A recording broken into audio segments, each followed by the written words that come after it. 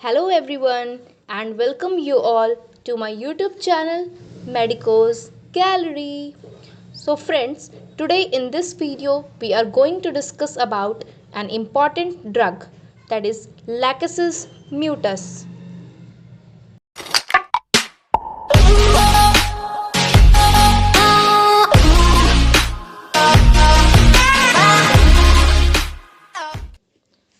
So now let's start. The common name of Lachesis is सुरुकुक्कू snake poison. मतलब lachesis जो drug है वो सुरुकुक्कू snake के पॉइजन से बनता है. Persons of a melancholy temperament, dark eyes and a disposition to low spirits and indolence. मतलब ये कैसे पर्सन्स को सूट करता है लैकेसिस ड्रग? तो जिनका मिलैंकोली टेम्परामेंट होता है, मतलब वो सैड रहते हैं बहुत, और डार्क आइज होता है उनका, and a disposition to low spirits and indolence. Low spirits मतलब लॉस ऑफ एनर्जी, बहुत एनर्जी की कमी रहती है, और लेजी होते हैं, इंडोलेंट होते हैं, तो वैसे पर्सन्स को सूट करता है. Woman of choleric temperament with freckles and red hair. तो वैसी वुमेंस को सूट करता है जिनका कोलेरिक टेम्परामेंट होता है.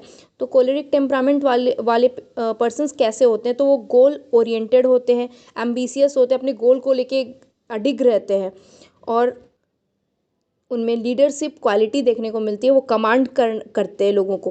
With freckles and red hair. Freckles means brown brown spot हो जाना स्किन पे, चकता जिसको बोलते हैं, और रेड रेड हेयर अगर वुमन का है तो वैसी वुमन को सूट करता है lachesis.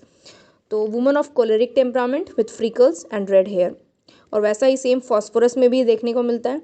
Better adopted to thin and emaciated than to fleshy persons, to those who have been changed both mentally and physically by their illness. मतलब ये ज़्यादा बेटर अडॉप्टेड है वैसे लोगों को जो पतले होते हैं और इमासिएटेड होते हैं.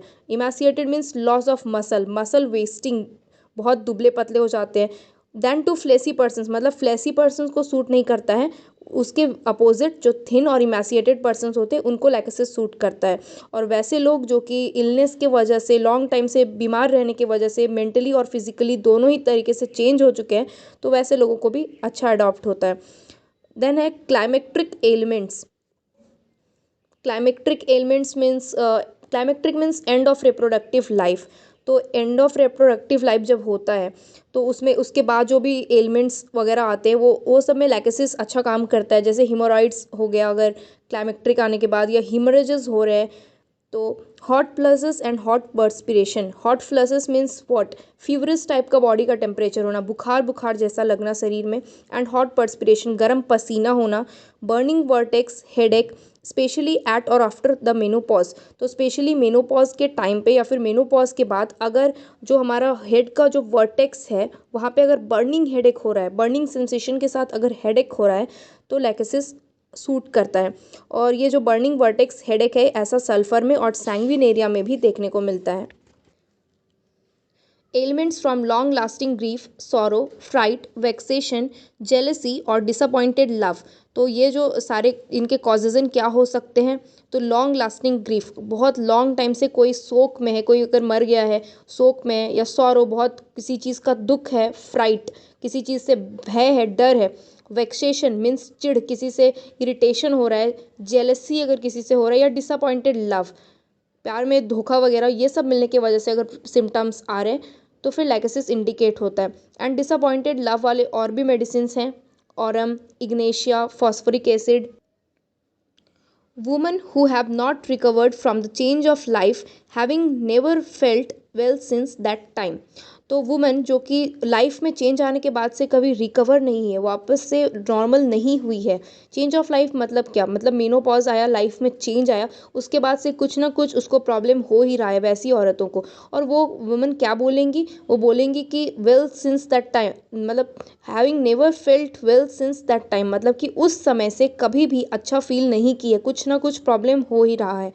जैसे हम लोग पल्सटीला में देखते हैं कि जब से मिनार्क होता है, जब मेंसेस शुरू होता है, उसके बाद से कभी वो ठीक फील नहीं करती है, कुछ ना कुछ प्रॉब्लम हो रहा होता है. तो जस्ट अपोजिट इसमें मीनोपॉज आने के बाद से जो वुमन होती है वो कुछ ना कुछ प्रॉब्लम से सफ़र कर ही रही होती है, कभी उसके आने के बाद से अच्छा फील नहीं करती. Left side principally affected. Diseases begin on the left and go to the right side. Left ovary, testicle, chest. तो लेफ्ट साइड जो होता है वो मेनली अफेक्ट होता है लैकेसिस में. जो डिजीज़ होते हैं वो लेफ्ट साइड से शुरू होते हैं और राइट साइड में फिर शिफ्ट हो जाते हैं. जैसे लेफ्ट ओवरी में अफेक्शन होता है पहले, left testicle, left portion of chest. Great sensitiveness to touch, throat, stomach, abdomen.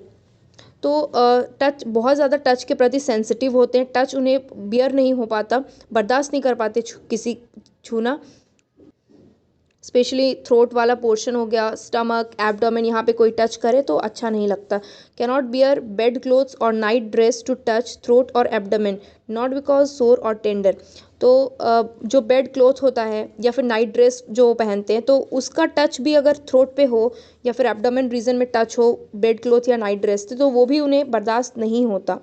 Not because sore और टेंडर, इस क्यों बर्दाश्त नहीं होता, इसीलिए नहीं कि वो पेनफुल है या वो जगह जो है वो थोड़ा टेंडर है और टच हो रहा है तो इसलिए बर्दाश्त नहीं हो रहा, ऐसी बात नहीं होती. ऐसी बात एपिस या बेलाडोना के लिए ठीक है, लेकिन लैकेसिस के केस में टच उन्हें बर्दाश्त नहीं होता क्योंकि उन्हें अनईजीनेस होने लगता है, डिस्कम्फर्ट होने लगता है और नर्वस होने लगते हैं वो.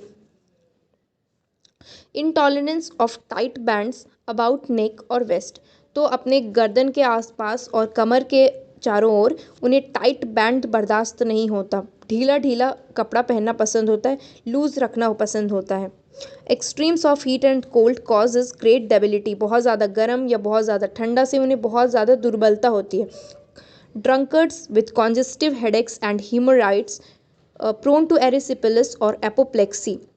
तो ड्रंकर्ड्स जो शराबी होते हैं उनमें अगर कॉन्जेस्टिव हेडेक हो रहा है, ऐसा लग रहा है कि जो ब्लड है वो रश कर गया हेड की तरफ, तो कॉन्जेस्टिव हेडेक हो रहा है ड्रंकर्ड्स में. और हीमोरॉइड्स अगर उनमें देखने को मिल रहा है और वो उनमें एरिसिपिलिस और एपोप्लेक्सी भी ज़्यादा देखने को मिलता है, तो फिर वैसे लोगों को सूट करता है लैकेसिस. हेडेक. हेडेक कैसा होगा, तो प्रेसिंग और बर्स्टिंग पेन इन टेम्पल. जो हमारा टेम्पल रीजन होगा वहाँ पे प्रेसिंग या बर्स्टिंग टाइप का दबने जैसा या फटने जैसा दर्द होगा. और कैसे बढ़ेगा, तो फ्रॉम मोशन, चलने फिरने से या वहाँ पे प्रेशर लगाने से या स्टूपिंग करने से. जैसा पिक्चर में देख सकते हैं, स्टूपिंग थोड़ा सा झुकना, स्ट्रेट पोस्चर से थोड़ा सा टिल्ट हो जाना. तो स्टूपिंग करेगा या वहाँ पे प्रेशर लगाएगा या चलेगा या फिर लेटेगा या फिर सो जाएगा, तो सोने के बाद ये सब से हेडेक बढ़ जाता है. Dreads to go sleep because she wakes with such a headache. और उसे सोने जाने से डर लगता है क्योंकि उस सोकर उठने के बाद से ही उसका जो हेडेक होता है और बढ़ जाता है. Rush of blood to head. तो हेडेक में कैसा सेंसेशन आता है, तो ऐसा लगता है जैसे ब्लड जो है वो हेड में चला आया है. After alcohol, mental emotions, suppressed और इरेग्युलर मेंसेस. तो हेडेक का कॉजेजन क्या क्या हो सकता है, तो शराब पीने के बाद जो है हेडेक हो सकता है, मेंटल इमोशंस की वजह से, या फिर अगर मेंसेस इरेगुलर हो रहे हैं या फिर सप्रेस हो गए हैं उस वजह से. एट क्लाइमेक्सिस पे एंड लेफ्ट साइडेड एपोप्लेक्सी. अगर लेफ्ट साइड मतलब इसके हेडेक में क्या होता है, लेफ्ट साइडेड एपोप्लेक्सी होने का चांस रहता है, मतलब अनकॉन्शियसनेस, क्योंकि जो ब्लड सर्कुलेशन होता है वो ठीक से नहीं हो पाता है ब्रेन तक, तो लेफ्ट साइड एपोप्लेक्सी होने का चांस रहता है. Weight and pressure on vertex like lead in occiput. तो जो वर्टेक्स रीजन होता है वहाँ पे ऐसा लगता है कोई वजन डाला हुआ है, बहुत प्रेशर सा फील होता है. सीपिया में भी देखने को मिलता है. लाइक लीड इन ऑक्सीपुट, ऐसा लगता है ऑक्सीपुट पोर्शन में लीड रखा हुआ है, उस टाइप का प्रेशर लगता है. All symptoms, especially the mental, wards after sleep or the aggravation wakes him from sleep, sleeps into the aggravation. मतलब जितने भी सिम्टम्स होते हैं, स्पेशली जो मेंटल सिम्टम होते हैं, वो सोने के बाद और वर्स हो जाते हैं, या फिर ये कह सकते हैं कि सोते ही उनका एग्रावेशन हो जाता है सिम्टम्स का और वो उठ जाते हैं. और जैसे ही वो सोने जाते हैं तो सोने से एग्रावेशन होता है. Unhappy, distressed, anxious, sad. तो पेशेंट नाखुश रहता है, कुछ ना कुछ टेंशन में रहता है, डिस्ट्रेस्ड रहता है, वरीड रहता है, सैड रहता है. एग्रावेशन इन मॉर्निंग और मेकिंग. और ये जो इसका अनहैप्पीनेस है, इसका जो एंग्जाइटी है, ये सैडनेस, ये सब भी सुबह में उठते ही और ज़्यादा बढ़ जाता है. तो जैसे ही पेशेंट सुबह में सोकर उठेगा तो वो और ज़्यादा अनहैप्पी फील करेगा, सैड रहेगा, डिस्ट्रेस्ड रहेगा. Mental excitability. Ecstasy with almost prophetic perceptions with a vivid imagination, मतलब मेंटली पेशेंट एक्साइटेड रहेगा, शांत नहीं रहेगा। एक्टेसी, एक्टेसी मीन्स बहुत ज़्यादा खुश टाइप, आनंद में रहेगा। विथ ऑलमोस्ट प्रोफेटिक परसेप्शंस, मतलब प्रोफेटिक मीन्स व्हाट, पैगंबरी, मतलब उसको लगेगा वो भगवान का दूत है, भगवान ने उसे भेजा है कुछ काम के लिए, तो उस टाइप का उसे परसेप्शंस आएगा। विद अ विविड इमेजिनेशन, और अजीब अजीब तरह के जो है वो इमेजिनेशंस करेगा। ग्रेट लोक्वेसिटी, लोक्वेसिटी मतलब बहुत ही बातूनी होगा, बहुत ही उसे बात करना पसंद होगा, बातें बनाना। एगेरिकस और स्ट्रेमोनियम में भी लोक्वेसिटी देखने को मिलती है। Wants to talk all the time, jumps from one idea to another, one word often leads into another story. तो हर समय बातें करना चाहता है, बहुत लोक्वेसिटी होती है, एक बात कर, एक आइडिया में के बीच के बारे में डिस्कशन कर रहा है और पेशेंट जंप कर जाता है फिर दूसरे आइडिया में कंप्लीट बिना किए, तो मतलब उसे फिक्स नहीं रहता कि क्या बात करना है, इररेलिवेंसी रहती है उसकी बातों में। One word often leads into another story, एक शब्द उठाया, बात कर रहा है, अचानक एक वर्ड से वो एक कहानी बना देगा, तो कोई रेलिवेंसी नहीं रहती। Constipation, inactivity, stool lies in rectum without urging, sensation of constriction of sphincter, मतलब इनएक्टिविटी होती है, इनएक्टिविटी देखने को मिलती है, स्टूल रेक्टम में ही रहता है, स्टूल रेक्टम में पूरा भरा है लेकिन अर्ज नहीं होता, स्टूल करने का मन नहीं करता, ऐसा लगता है जैसे जो स्फिंक्टर है वहाँ पे कॉन्स्ट्रिक्शन हो गया, दब सा गया है, वैसा सेंसेशन आता है। और ऐसा ही कॉन्स्ट्रिक्शन ऑफ स्फिंक्टर वाला सेंसेशन कॉस्टिकम नाइट्रिक एसिड में भी देखने को मिलता है। Menses at regular time, too short, scanty, feeble, pains all relieved by the flow, always better during menses। तो मेंस इनका रेगुलर टाइम पे होता है, बहुत शॉर्ट टाइम पीरियड के लिए, कम टाइम के लिए होता है, स्कैंटी कम कम होता है, feeble, pains all relieved by the flow, और जो जितने भी सारे पेन्स वगैरह होते हैं वो सभी मेंस्ट्रुअल फ्लो के साथ उन सभी में रिलीफ मिलता है। ऑलवेज बेटर ड्यूरिंग मेंसेस, मतलब मेंस के टाइम में पेशेंट हमेशा ही बेटर फील करते हैं, जिंकम में भी ऐसा ही देखने को मिलता है। Piles, with scanty menses at climaxes strangulated with stitches shooting upwards। तो पाइल्स, पाइल्स के साथ साथ थोड़ा थोड़ा मेंसेस भी होगा, और पाइल्स कब देखने को मिलता है, तो क्लाइमेक्सिस में। स्ट्रैंगुलेटेड पाइल्स कैसा होगा, स्ट्रैंगुलेशन होगा, स्ट्रैंगुलेटेड पाइल्स होगा, और विथ स्टिचेस शूटिंग अपवर्ड, और जो पेन होगा पाइल्स के टाइम में तो स्टिचिंग टाइप का पेन होगा और ऐसा लगेगा पेन ऊपर की ओर बढ़ रहा है, शूटिंग अपवर्ड्स, और ऐसा ही नाइट्रिक एसिड में भी देखने को मिलता है। The least thing coming near mouth और nose interferes with breathing, wants to be fanned but slowly and at a distance. तो कुछ भी चीज़ें जो मुंह के पास या नाक के पास आती है तो उससे सांस लेने में फिर प्रॉब्लम होने लगता है, उसे इरिटेशन होने लगता है, वो चाहता है कि हमेशा उसे फ़ैन करते रहे, कोई मतलब हवा देते रहे, फैनिंग करते रहे, लेकिन दूर से थोड़ा और धीरे धीरे करते रहे, at a distance and slowly, और कार्बोवेज में रैपिडली होता है। As soon as he falls asleep the breathing stops, तो जैसे ही पेशेंट नींद में चला जाता है, नींद हो जाता है, तो वैसे ही उसका सांस रुकने लगता है। अमोनियम कार्ब, लैक्टैनिनम एंड ओपियम इसमें भी देखने को मिलता है। Great physical and mental exhaustion, trembling in the whole body, would constantly sink down from weakness, what's in the morning।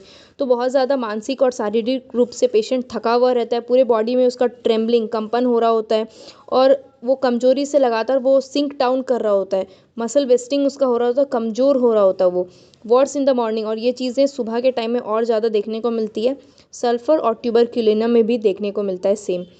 Epilepsy, खिचुनी, कम्स ऑन ड्यूरिंग स्लीप, मतलब इनमें एपिलेप्सी जो होती है वो सोते वक्त ही आती है। ब्यूफो में भी same. From loss of vital fluids, onanism and jealousy, तो एपिलेप्सी क्यों होता है, उनका कॉजेजन क्या हो सकता है, तो due to loss of vital fluids या फिर onanism means masturbation and jealousy, जलन वगैरह, ये सब की वजह से इनमें एपिलेप्सी हो सकती है।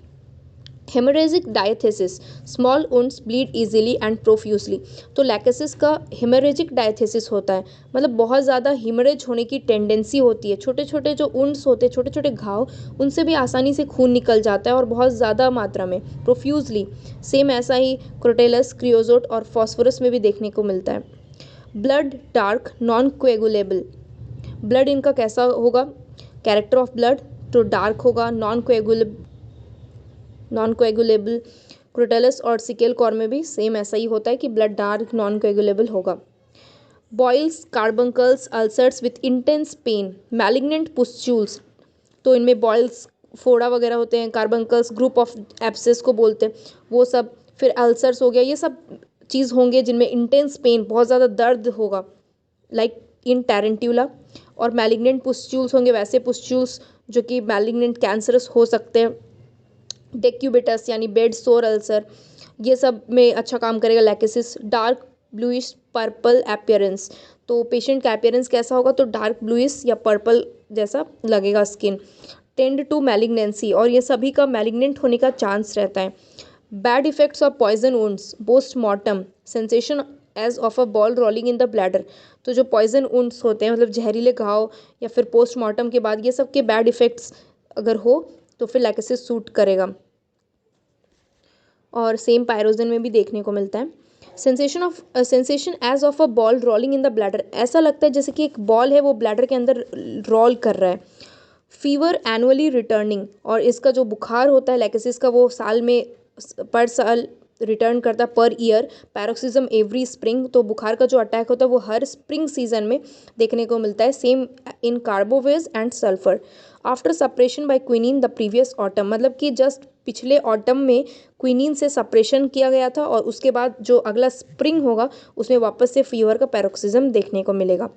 फीवर कैसा होगा, तो टाइफाइड, टाइफस, स्टूपर और muttering delirium, sunken countenance, falling off lower jaw. तो फीवर कैसा, फीवर टाइफाइड फीवर अगर हो या टाइफस फीवर हो या और उसमें कैसा लगता है, स्टूपर, स्टूपर मतलब बेहोशी रहता है, या मटरिंग डेलीरियम यानी कि बेहोशी जैसा रहता है और बुखार में बुदबुदाना, कुछ बातें करना। संकिन काउंटेनेंस, और उसका जो फेशियल एक्सप्रेशन पूरा धसा धसा सा लगता है। फॉलिंग ऑफ लोअर जो निचला जबड़ा है वो कमज़ोर सा हो जाता है, वो लटकने जैसा लगता है कमजोरी से। Tongue dry black trembles is protruded with difficulty और catches on the teeth when protruding, तो उसका जो जीव होता है वो सूखा सूखा काला काला होता है और ट्रेम्बल करता है, कांपता है जीव उसका, और बहुत मुश्किल से वो बाहर निकल पाता है। प्रोट्रूशन बहुत डिफिकल्ट होता है टंग का, और जब प्रोट्रूड कर रहा होता है पेशेंट टंग को तो उस टाइम वो दांतों के बीच में फंस जाता है। कंजंक्टिवा येलो और ऑरेंज कलर, तो जो उनका कंजंक्टिवा होता है बुखार के टाइम में वो स्पेशली वो पीला या ऑरेंज रंग का हो जाता है। Perspiration cold, stains yellow bloody, और पसीना कैसा, पसीना थोड़ा ठंडा सा होगा और पीला पीला रंग का होगा और ब्लडी भी हो सकता है। लाइकोपोडियम में भी देखने को मिलता है ऐसा bloody perspiration. Then diphtheria and tonsillitis beginning on the left and extending to the right side, तो अगर डिफ्थेरिया या टॉन्सिलाइटिस जो कि लेफ्ट साइड में शुरू हुआ है और राइट की तरफ एक्सटेंड कर जा रहा है तो लैकेसिस इंडिकेट होता है। सेम ऐसा ही देखने को मिलता है लैक कैनिनम में एंड सेबरडीला में भी। डार्क पर्पल अपीयरेंस, पेशेंट का अपीयरेंस कैसा होगा, तो जो वो स्किन का वो जो पार्ट होगा वहाँ पे डार्क पर्पल सा अपीयरेंस आएगा। नाज़ा में भी देखने को मिलता है। Aggravation by hot drinks after slip, और ये जो डिफ्थेरिया या जो टॉन्सिलाइटिस होते हैं ये गर्म चीज़ें पीने के बाद या फिर सोने के बाद और बढ़ जाता है।